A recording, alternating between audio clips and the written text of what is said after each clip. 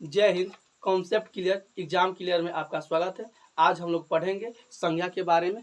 व्याकरण में संज्ञा है जो शुरू से स्टार्टिंग करेंगे, जिससे संज्ञा है। संज्ञा किसी व्यक्ति, वस्तु, स्थान, नामों के भाव को संज्ञा कहते हैं। संज्ञा किसी व्यक्ति, वस्तु, स्थान, नामों के भावों को संज्ञा कहते हैं। संज्ञा जैसे कहने का मतलब कि राम, जैसे में राम, शहर, हिमालय, भारत, देश, कमल।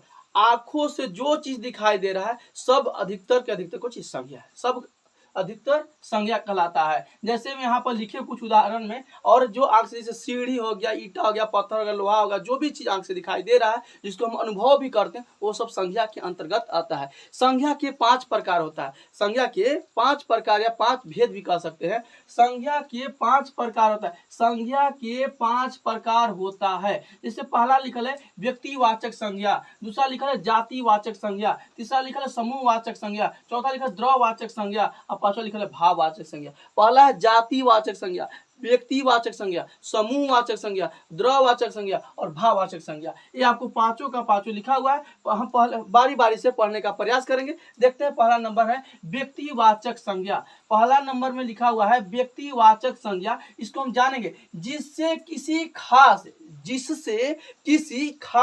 व्यक्ति, वस्तु, स्थान, नामों को, जिससे किसी व्यक्ति, वस्तु, स्थान और नामों को व्यक्तिवाचक संज्ञा कहते हैं। जिससे खास नाम का, जैसे राम एक खास नाम है। रहीम, चांद एक ही होता है जो खास है। जैसे लिखल है भारत देश एक अपना अकेला है जो कुछ है, खास है। पटना एक खास है। जैसे बिहार राज्य का, उत्तर प्रदेश, झारखंड, जितना भी राज्य है सब खास नाम। जैसे देश है तो हमारा देश में जैसे अमेरिका हो गया, जैसे यहाँ पर लिखा हुआ अमेरिका। जैसे रामायण एक ही है, ये सब कुछ है खास है। महाभारत, बाइबिल, सूरज, पृथ्वी, ये सब कुछ एक ही है। जो चीज एक सिर्फ रहता है वही कहलाता है कुछ खास। और जैसे लिखा है व्यक्तिवाचक संज्ञा, जिससे किसी खास व्यक्ति, वस्तु, स्थान या नाम आ जाए वो सब कहलाता है व्यक्तिवाचक संज्ञा कहलाता है। जिससे दूसरा नंबर में लिखा हुआ है जातिवाचक संज्ञा। दूसरा नंबर हम जातिवाचक संज्ञा के बारे में पढ़ेंगे। जिससे जाति भर का बोध हो, जिससे जाति भर का बोध हो उसे जातिवाचक संज्ञा कहते हैं। जातिवाचक संज्ञा का मतलब क्या है? जैसे नदी, देश, फल, फूल, पहाड़, आदमी, लड़का, राज, देश और गांव और आदि। जिससे कहने का मतलब नदी, तो नदी हम ले लिए तो नदी से हमारा बहुत सारा नदी, जैसे ब्रह्मपुत्र हो गया, यमुना हो गया, गंगा हो गया, बहुत सारा नदी आएगा।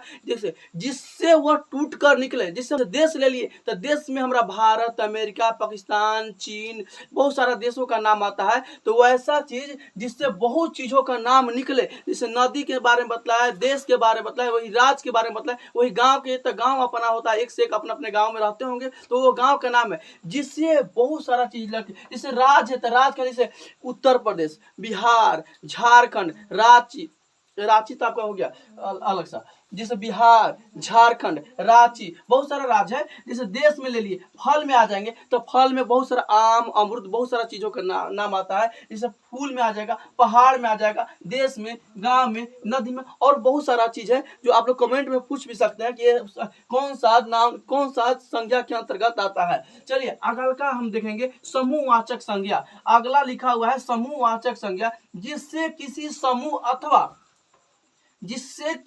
समूह अथवा समुदाय का बोध हो उसे समूहवाचक संज्ञा कहते हैं। जिससे किसी समूह अथवा समुदाय का बोध हो उसे समूहवाचक संज्ञा कहते हैं। जैसे लिखा हुआ है वर्ग, परिवार, जिससे झुंड है, यहाँ पर सेना है, सभा है, खानदान है, ये सब समूहवाचक संज्ञा के अंतर्गत आता है। समूहवाचक संज्ञा उसे कहते हैं जहां पर लोगों का भीड़ रहे, जिससे झुंड है। सेना भी एक समूहवाचक संज्ञा के अंतर्गत आता है। जिससे लिखा है खानदान, तो खानदान एक साथ में आ गया, उसे समूहवाचक संज्ञा कहते हैं। जिससे लिखा है साभा, तो साभा चारों बगल में लगा हुआ है, उस सबको समूहवाचक संज्ञा के अंतर्गत आता है। जिससे झुंड है, परिवार है, वर्ग है। वर्ग कहने का मतलब चारों तरफ फैला के बैठा हुआ रहता है, उससे कुछ समूहवाचक संज्ञा के अंतर्गत आता है। आप लोगों का और जो दिमाग में जो भी चलता होगा वो कमेंट बॉक्स में लिखिएगा, हम आप बताने का प्रयास करेंगे। चलिए अगला का हम देखेंगे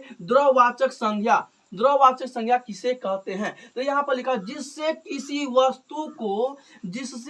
वस्तु को नापा या तौला जाए, नापा या तौला जाए लेकिन गिना नहीं जाए उसे द्रववाचक संज्ञा कहते हैं। जैसे सोना, चांदी, घी, पानी, तेल और बहुत सारे चीजें जिससे नापा या तौला जाए लेकिन गिना नहीं जाए उसे द्रववाचक संज्ञा कहते हैं। जैसे घी है तो घी को नाप सकते हैं, सोना है, चांदी है, तांबा है, बालू है, बहुत सारा चीज है जिसको गिन नहीं, जैसे बालू को हम गिन नहीं सकते, घी को गिन नहीं सकते, चांदी को गिन नहीं सकते, सोना को गिन नहीं सकते, जिससे गिना नहीं जाए लेकिन नापा और तोला जाए। जैसे दूध हो गया, बहुत सारा एग्जाम्पल हो जाएगा, जैसे इसको हम गिन नहीं सकते हैं, नाप सकते हैं, तोल सकते हैं। जैसे घी, जैसे इसको भी तो सब कुछ तोलने वाला, जैसे पानी भी ले सकते हैं, जैसे पानी हो गया, बालू हो गया, बालू को इसको तोला सकता है, नापा जा सकता है लेकिन गिना नहीं जाता है, उसे द्रववाचक संज्ञा कहते हैं। भाववाचक संज्ञा किसे कहते हैं? जिससे किसी व्यक्ति वस्तु के गुण, दोष, स्वभाव, अवस्था का बोध हो उसे भाववाचक संज्ञा कहते हैं।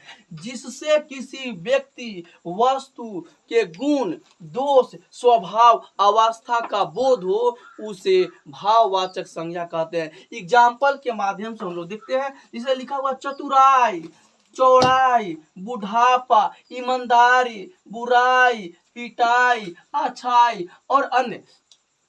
तो चतुराई एक है, चौड़ाई है, ये सब दोष, गुण और स्वभाव और अवस्था के अंतर्गत आता है, इसीलिए भाववाचक संज्ञा। जिससे हमको अनुभव होगा, जिससे अनुभव हो रहा है, जिससे कहने का चतुराई लोग करता है, चौड़ाई होता है, बुढ़ापा आता है, सब अनुभव होता है, ईमानदारी किया जाता है, बुराई तो लोग अपना कर ही देते हैं। और देखिए पिटाई, जिसे मार, अच्छाई, ये सब कुछ एक जिससे किसी व्यक्ति के वस्तु के गुण, दोष, स्वभाव और अवस्था के अंतर्गत आता है, वैसी संज्ञा को कौची कहते हैं? भाववाचक संज्ञा कहते हैं। चलिए, हमारे वीडियो अच्छा लगे तो लाइक कीजिए, सब्सक्राइब कीजिए और शेयर कीजिए, ज्यादा से ज्यादा शेयर करने का प्रयास कीजिए। इस चैनल पर क्लास 6 से 10 तक का वीडियो आएगा हिंदी माध्यम में। जय हिंद। चलो बंद करते हैं।